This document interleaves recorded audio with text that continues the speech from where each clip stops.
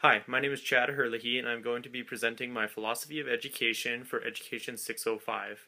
I'm going to give a little bit of background information before I get started, specifically on the philosophy, just so you guys can understand where I'm coming from. All of my experience in education has been in special ed. I've worked in the special education department for 7 years. I began as a instructional assistant for a year and a half, and then I became adapted physical education aide, and I did that for 2.5 years. And now I am in my third year teaching as a mild to moderate teacher at a middle school. All these experiences have contributed to my beliefs, and that's where my philosophy comes from. Considering that I have worked in special education for a long time, I identify closest with behaviorism. Controlling the negative behaviors in the class helps improve the effectiveness of instruction. I believe that there is a reason for all behaviors that a student shows. We all have to fulfill our basic needs, and if those needs are not being met, we display behaviors that we would not normally show. As a special education teacher, I have experienced behaviors being modified. I have taken part in the creation of behavior support plans for other students and my own students. When I've created them for my own students, I have worked through them with the student, and some of these students have shown tremendous growth. The effort put forth towards the change by the teacher and the student determines the effectiveness of the behavior modification.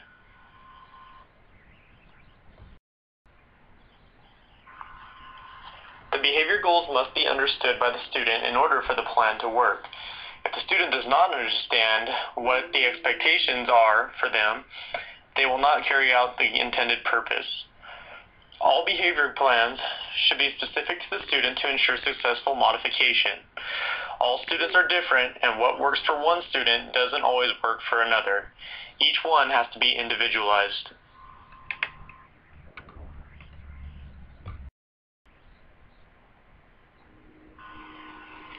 Reward systems are a great idea in the classroom. They are very beneficial for all students. All humans thrive off of positive instances in their lives. Positive reinforcement encourages these students to continue to behave and work hard. If there was no reward for hard work, we would have no reason to push to succeed.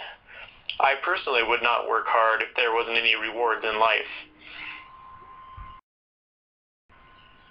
In order for a behavior system to work, a teacher must plan ahead and give students behavior goals to work towards. The beginning and most crucial piece to a good environment are clear and firmly enforced rules. If a teacher is inconsistent with their consequences, the students will pick up on that and push a teacher to the limits. Teachers must always have high behavior expectations for their students in order for instruction to run smoothly.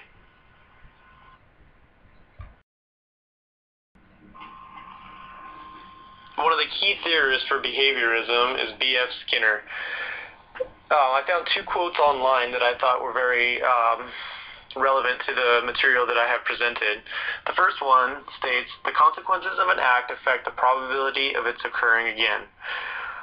This means that if we are clear and firm with our consequences and our rules, our students are more likely to behave in a better manner. The other quote is, "The way positive reinforcement is carried out is more important than the amount." So if we are positive with our students and we give them a lot of reinforcement that encourages them to work hard and behave, they are more likely to do it. Due to my personal experiences, my professional training, my college experiences, and the survey that I filled out, the theory that I identify with the most is behaviorism. Behaviorism has been drilled into my head pretty much since birth because that's the way that my parents have always raised us. It's also been drilled in my head since day one of working as an educator because my sisters and my brothers have all taught me in this manner, and anybody who I've run into who is an educator has also told me that as long as I can control the behaviors in my classroom, then I've won most of the battle. After that, the students are more likely to be productive because they will be more focused on the tasks that they are provided by me. The only other theory that really came close was existentialism on the survey. Thank you very much for watching my philosophy of education. I hope that you enjoyed it.